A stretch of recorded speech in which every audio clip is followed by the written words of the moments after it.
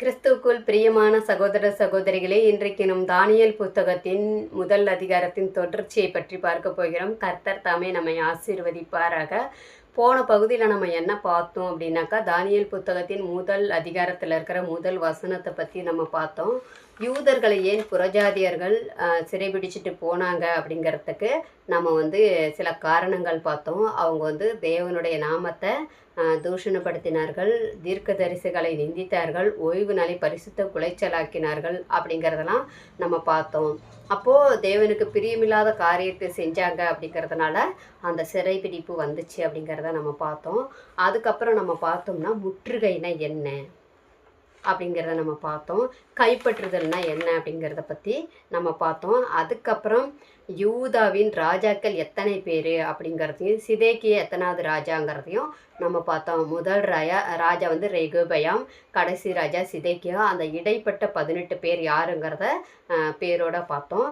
அதுக்கப்புறம் பார்த்தோம்னா இஸ்ரவேல் ஜனங்க இரண்டாக பிரிய காரணம் என்ன அப்படின்னாக்கா, அதாவது 10 கோத்திரம் இஸ்ரவேலாகவும், யூதா கோத்திரங்கிறது யூதா பென்யமின் கோத்திரம் யூதா தேசம் அப்படிங்கிறதாகவும் பிரிக்கப்பட்டதற்கு காரணம் ரெகோபயாமினுடைய மன மேட்டிமையும் பதவி ஆணவமும் அப்படிங்கிறத பற்றி நம்ம பார்த்தோம். அதுக்கப்புறம் பாபிலோனுடைய மறு பெயர்கள் என்ன அப்படின்னு நம்ம பார்க்கும் பொழுது 6 பேர் நம்ம பார்த்தோம். அக்காத், கல்தையர் பட்டணம், பொன்னகரி, சர்வபூமியின் சமட்டி, ராஜ்யங்களின் அலங்காரம், கல்தையருடைய பிரதான மகிமை அப்படிங்கிறத நம்ம பார்த்தோம். அதுக்கப்புறம் நம்ம ஒரு சில பேர்களை விட்டுட்டோம். அதை பற்றி இப்போ நம்ம வசனத்தோடு பார்க்கலாம். செனையார் தேசம் அப்படிங்கிறது தானியேல் 1-2 வசனத்துலையும், சகரியா 5ஆம் அதிகாரம் 11வது வசனத்துலையும், மெர்தாயும் தேசம் அப்படின்னு சொல்லி எரேமியா 50ஆம் அதிகாரத்தில் 1ஆம் வசனமும் 21ஆம் வசனமும் சொல்கிறத நம்ம பார்க்குறோம். கடல் வனாந்திரம் அப்படிங்கிறத ஏசாயா 21ஆம் அதிகாரத்தில் 1ஆம் வசனமும் 9ஆம் வசனமும் சொல்கிறத நம்ம பார்க்குறோம். கல்தையரின் குமாரத்தி அப்படின்னு பார்க்கும்பொழுது ஏசாயா 47ல் 1ஆம் வசனத்துலேருந்து 5ஆம் வசனம் வரைக்கும் படித்தா நமக்கு புரியும். அப்போது எல்லா மறுபெயர்களையும் நம்ம வசனத்தோடு பார்த்துட்டோம். அதுக்கப்புறம் நம்ம பார்த்தோம்னா கிமு 605 அப்படின்னா என்ன அப்படின்னு நம்ம பார்க்கும் பொழுது யூதர்கள் சிறைபிடிக்கப்பட்ட ஆண்டு அப்படிங்கிறத நம்ம பார்க்குறோம். தீர்க்க தரிசனம் நிறைவேறிய ஆண்டு அப்படிங்கிறத நம்ம பார்க்குறோம்.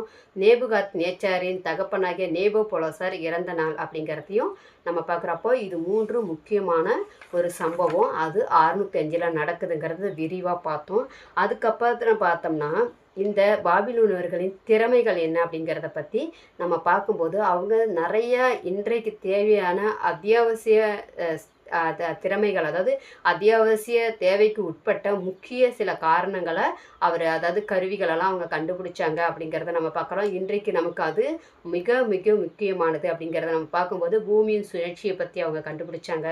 அப்புறம் இந்த கணிதங்கள், அதாவது கூட்டல், கழித்தல், பெருக்கல், வகுத்தல், இதையெல்லாம் அவங்க கண்டுபிடிச்சாங்க அப்படிங்கிறத நம்ம பார்க்குறோம். பிம்பங்கள், அதாவது நேரம் கணிக்கக்கூடியதையும் அவங்க பார்த்தாங்க அப்படிங்கிறத நம்ம பார்க்குறோம். அளவுகள், அதாவது உயரம் எவ்வளவு, அகலம் எவ்வளவு அப்படிங்கிறத அவங்க தான் கண்டுபிடிச்சாங்க. அப்புறம் கட்டிடக்கலையில் சிறந்தவர்கள் என்பதையும் அவங்க தான் முதல்ல கட்டிடங்களை கட்டி அதை நமக்கு அறிமுகப்படுத்தினாங்க அப்படிங்கிறத நம்ம பார்க்குறோம்.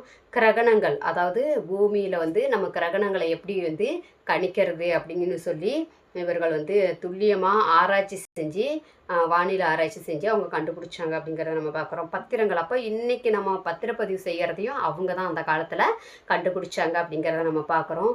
மியூசிக், அதாவது கல்யாணம், அப்புறம் பிறந்த நாள், அது மட்டும் இல்லாமல் வீடு குடி போகிறது, இல்லை கெட்ட காரியங்கள், நல்ல காரியங்களுக்கு எல்லாம் தேவையான அனைத்து மியூசிக் கருவிகளையும் அவங்க தான் கண்டுபிடிச்சாங்க. அந்த கலைகளையும் வெளியில் கொண்டு வந்தாங்க அப்படிங்கிறத நம்ம பார்க்குறோம். அப்போது இத்தனை திறமைசாலிகளாக இருந்தவங்க தான் அந்த அதாவது பாபிலோனியர்கள் அப்படிங்கிறத நம்ம பார்க்குறோம். அப்போ இந்த வாரம் நம்ம என்ன பார்க்க போகிறோம் அப்படின்னா, நம்ம பார்த்தோம்னா தானியேல் 1ஆம் அதிகாரத்தை பார்க்கும் பொழுது அதில் என்ன நமக்கு சொல்லப்பட்டிருக்குன்னா, பூமியில் அடிக்கடி மக்கள் விழுந்து போகிறாங்க அப்படிங்கும் பொழுது, அந்த விழுந்து போகும் பொழுது அந்த இடத்துல தேவன் அவர்களுடைய தவறு சுட்டி காட்டுறதுல அவர் தவறுனதே கிடையாது. கண்டிப்பாக அவங்க விழுந்து போகும்போது ஒவ்வொரு தடவையும் தேவனுடைய தயவும் அவருடைய இரக்கமும் அவங்களுக்கு நீங்கள் செய்கிற தவறு இன்னதென்று அறிவிக்கக்கூடியவராக இருக்கிறாரு அப்படிங்கிறத நம்ம பார்க்குறோம்.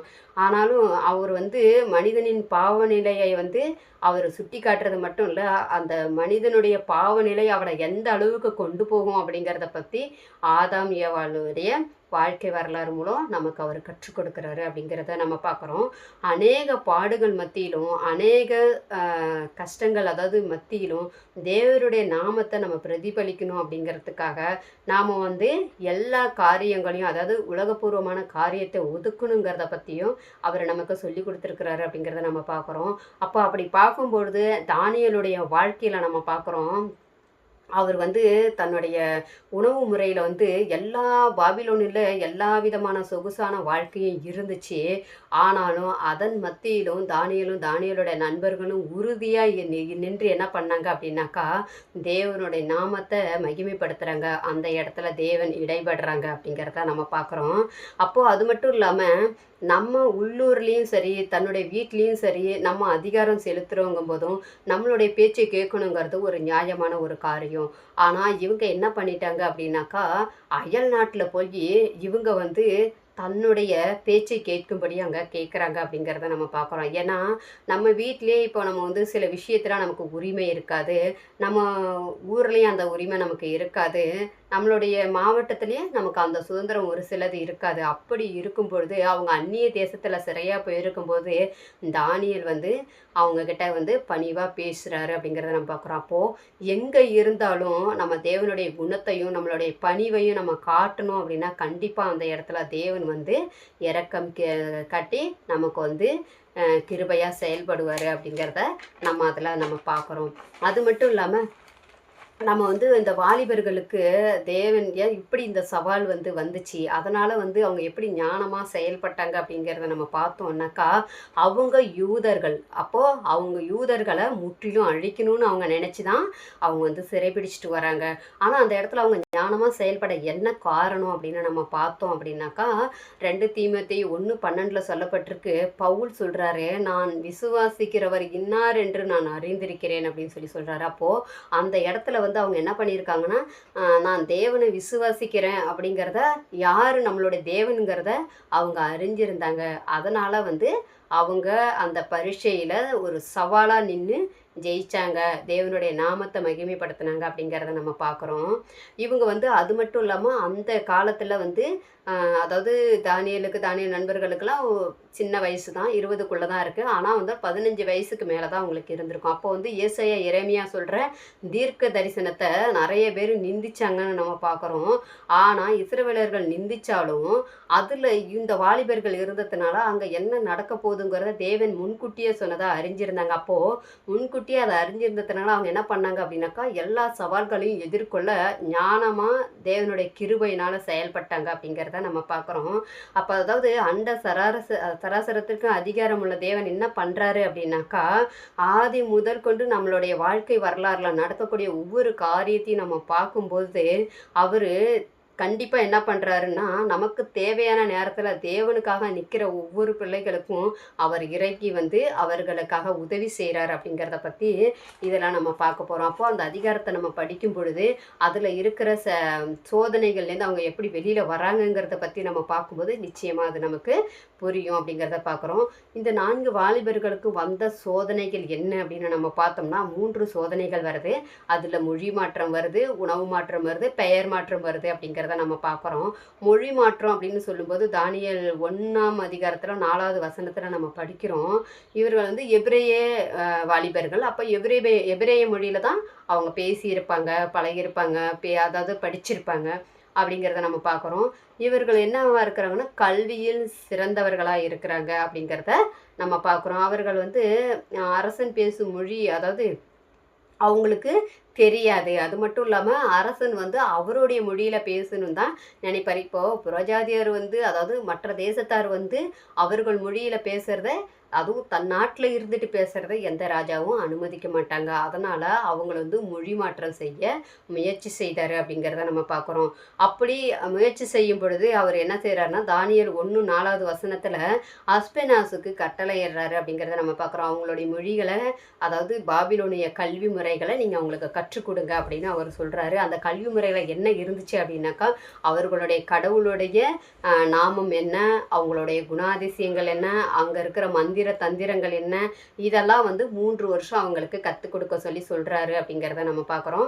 அந்த அஸ்பெனாசி என்றால் என்ன அப்படின்னு நம்ம பார்த்தோம்னா, பெர்சிய பதம் என்று அர்த்தம் அப்படிங்கிறத நம்ம பார்க்குறோம். அவருடைய பெயர் அது இல்லை, அவருடைய பதவியின் பெயர் அப்படிங்கிறத பார்க்குறோம். அப்போது அங்கே சிறைபிடிச்சிட்டு போகிற கைதிகளுக்கும் சரி, அங்கே தப்பு பண்ணுறவங்களுக்கும் சரி, அங்கே ஏதாவது ஒரு குற்றம் செய்கிற அனைத்து மக்களையும் தண்டிக்கக்கூடிய ஒரு விடுதி இருந்துச்சு. அந்த விடுதிக்கு அஸ்பெனஸ் தான் சொந்தக்காரராக இருந்தார். அதனால் வந்து அவருக்கு அந்த கட்டளையை இடுறாரு அப்படிங்கிறத நம்ம பார்க்குறோம். ஒவ்வொரு தேசத்துலேயும் வந்து நம்ம போயிருக்கும்போது நம்மளுடைய மொழியை நம்மளால் பயன்படுத்த முடியாது. ஏன்னா இப்போ வந்து நம்ம வந்து வெளிநாட்டில் போகிறோம் அப்படின்னாக்கா, தெலுங்கு பேசுகிற இடத்த தெலுங்கு பேசணும். அதே போல் கன்னடம் பேசுகிற இடத்த கன்னடம், இந்த மாதிரி ஹிந்தி பேசுகிற இடத்த ஹிந்தி, அப்படி தான் இருக்கும். அதே போல் தான் அவர்கள் என்ன பண்ணாங்கன்னா, கல்தையர் மொழியை அவங்களுக்கு கற்றுக் கொடுக்க ராஜா சொன்னார். அதை கற்றுக் கொடுத்த பிறகு, அவங்க கற்றுக்கொண்ட பிறகு என்னுடைய சமூகத்தில் அவங்க வந்து இருக்கணும் அப்படின்னு சொல்லி அவர் சொல்கிறாருங்கிற பார்க்குறோம். அப்போ அந்த அரண்மனையில் அவங்க இருக்கணும்னா கண்டிப்பாக அவங்களுக்கு மொழி மாற்றம் தேவைங்கிறத அவர் தெரிஞ்சிருந்தார் அப்படிங்கிறத நம்ம பார்க்குறோம். அதுக்கப்புறம் உணவு மாற்றம் அப்படிங்கிறத நம்ம பார்க்கும்பொழுது, தானியேல் 1ஆம் அதிகாரத்தில் நம்ம பார்த்தோன்னா 5, 8 5ஆம் வசனத்துலேருந்து 8லேருந்து 20 வரைக்கும் நம்ம பார்த்தோம் அப்படின்னாக்கா, உணவு மாற்றத்தை பற்றி சொல்லப்பட்டிருக்கிறத நம்ம பார்க்குறோம். ராஜா தான் உண்ணும், அதாவது தானியேல் 1ஆம் அதிகாரத்தில் 5வது வசனத்தை நம்ம படிக்கும்போது, ராஜா தன் உண்ணும் போஜனத்திலும் தான் குடிக்கும் திராட்சை ரசத்திலேயும் தினம் ஒரு பங்கை அவர்களுக்கு நியமித்து அவர்களை 3 வருஷம் வளர்க்கவும் அதன் முடிவிலே அவர்கள் ராஜாவுக்கு முன்பாக நிற்கும்படி செய்யவும் கட்டளையிட்டான் அப்படிங்கிறத நம்ம பார்க்குறோம். அப்போது தேவன் வந்து நம்மளுடைய வாழ்க்கையில் உணவு முறையை பற்றி எங்கே சொல்லப்பட்டிருக்கு, சொல்லியிருக்கிறாங்க, வசனம் என்ன சொல்லுது அப்படின்னா நம்ம பார்க்கும்போது லேவியராகமம் 11ல் சொல்லப்பட்டிருக்கு அப்படிங்கிறத நம்ம பார்க்குறோம். இந்த உணவு முறையில் நீ எதை சாப்பிடணும், எதை சாப்பிடக்கூடாது அப்படின்னு சொல்லி இஸ்ரவேல் ஜனங்களுக்கு சொல்லப்பட்டிருக்கு. அது மட்டும் இல்லாமல் நீ எதை பலியிடணும், எதை பலியிடக்கூடாது அப்படிங்கிறதையும் அதில் தெளிவாக போட்டிருக்கு. அதை வந்து இந்த தானியேல் நண்பர்களும் தெரிஞ்சிருந்தாங்க. ஏன்னா அவங்க பெற்றோர்கள் இப்போ எப்படி நம்ம பிள்ளைங்களுக்கு நம்ம சத்தியத்தை சொல்லி கொடுக்குறோமோ, அதே போல் அந்த காலத்தில் தானியேல் நண்பர்களுக்கும் அவங்களுடைய பெற்றோர்கள் வந்து கல்வி கற்றுக் கொடுத்துருப்பாங்க அப்படிங்கிறத நம்ம பார்க்குறோம். அதன் மூலம் அவங்க வந்து இதெல்லாம் நமக்கு தீட்டானதுங்கிறத அவங்க நன்கு அறிஞ்சு வச்சுருந்தாங்க அப்படிங்கிறத நம்ம பார்க்குறோம். ஏன் திராட்சை ரசம் சாப்பிடக்கூடாது அப்படின்னு நம்ம பார்க்கும்போது, எக்ஸாம்பிளாக ஒரு எடுத்துக்காட்டு நம்ம பார்த்தோம் அப்படின்னாக்கா, ஆரோனின் பிள்ளைகள் அப்படிங்கிறது